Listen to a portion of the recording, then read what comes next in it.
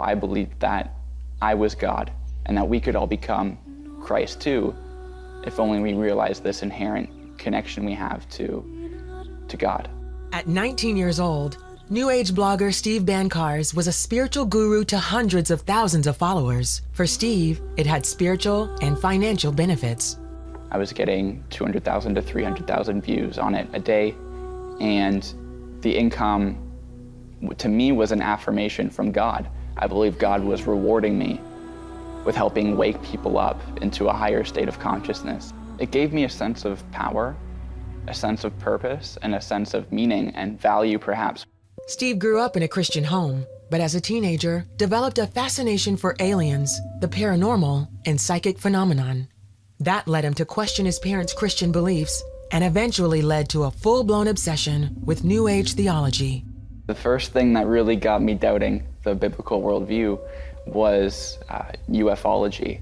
All of these UFO sightings, evidence from the ancient world that we might have been visited, and there was enough evidence to make me consider that maybe the universe is filled with intelligent biological life that was perhaps naturally evolved. If you piece together the alleged evidence for reincarnation and the alleged evidence for ancient astronaut theory, you get New Age theology. Jesus remained part of Steve's worldview.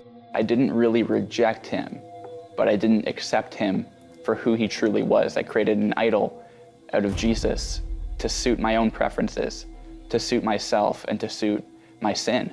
This Jesus was politically correct. He was a universalist. I wanted to be my own guide, and I didn't want to have to play by somebody else's rules. As Steve began blogging about New Age practices and supernatural phenomena, he came to enjoy his prominence and the money and vices that came with it. But it was never enough. I was a lust addict for 10 years or so. I was a really broken person. I didn't realize how broken that I truly was, but I was depraved. I was miserable. I had depression and anxiety that I was suppressing. I had all of this quote-unquote spiritual knowledge, all of this information, and it wasn't bearing any real fruit in my life. I felt like something was missing. I felt a little bit dead inside. Steve had a disturbing dream. When I opened my eyes, I was hovering 4 feet over my bed and realized that I was out of my body, and I started having a panic attack, and a being appeared in front of me, and this being had red skin with black markings on his face. It just scared me because I realized that I wasn't in control, that this stuff is more powerful than I was, that these forces were real, and that they didn't care for my well-being. They didn't need my permission. I was in their playground. Shaken by the experience, he began investigating the claims of the Bible and Jesus more closely. I would sleep with the Bible under my pillow because I knew there was something there that was authoritative, that was true, and that was secure, and that had power over anything that I was scared of. In his search for answers, Steve was drawn to stories in books and online of people who had encounters with Christ. I would watch another near-death experience where someone would go to hell. Jesus would rescue them out of hell, and they'd come back, and the fruit of their lives, they would be totally transformed, and I'd feel moved and touched, and I'd think to myself, okay, there's something real to Jesus, the Jesus of the Bible. Steve finally accepted one of his mother's many invitations to go with her to church. At the end of the service, he prayed and asked Jesus into his life, but it was more of a mental exercise than an act of faith. I just decided in my head, intellectually, that I was going to soften up to him, but I still held all the same New Age beliefs.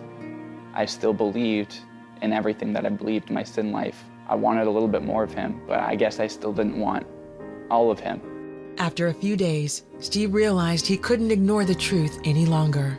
I reached a point in my life where the brokenness was weighing on me so much that I needed to stop playing games with my life. I needed to stop playing games with God and stop playing games with Jesus. And I just decided to go outside and to just fall on my face before Jesus and just weep. I was just weeping like a baby. I was submitting. I was repenting. I was tired. I was sorry. I was broken. and I couldn't do this alone anymore. And I was crying out for him. I wanted him. In that moment, Steve had an experience with Christ of his own. I could feel that he was Lord over me, and he was Lord over all creation. I could feel that he was concerned for me, but I could feel that he was king. I knew that he was king over creation, that the whole universe was under his feet. And the wind was just totally infused with his presence. And the thing that stuck out for me, that made me realize that I was dealing with God, was how the wind and the trees, the sounds outside, the birds, the crickets, they sounded like they were glorifying him. Like he was there with me, and they were acknowledging that somehow. Like,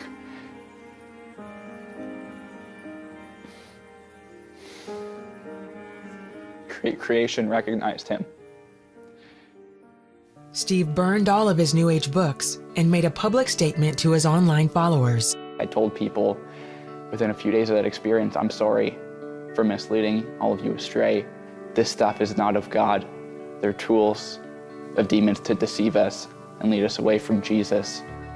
And Jesus is the Son of God, and he's exactly who he claimed to be.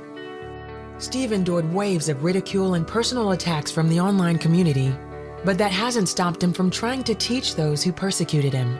His website, reasonsforjesus.com, provides evidence and sound reasoning that prove the claims of the Bible and the only path to truth, forgiveness, and joy in life come through Jesus Christ. He delivered me from the stronghold of New Ageism and of occult philosophy. I'm the happiest I've ever been in my life. I feel more whole than I've ever been in my life. If there's hope for me, there's hope for anybody. I was the most lost person that I knew, and the Lord drew me to himself and had mercy on me.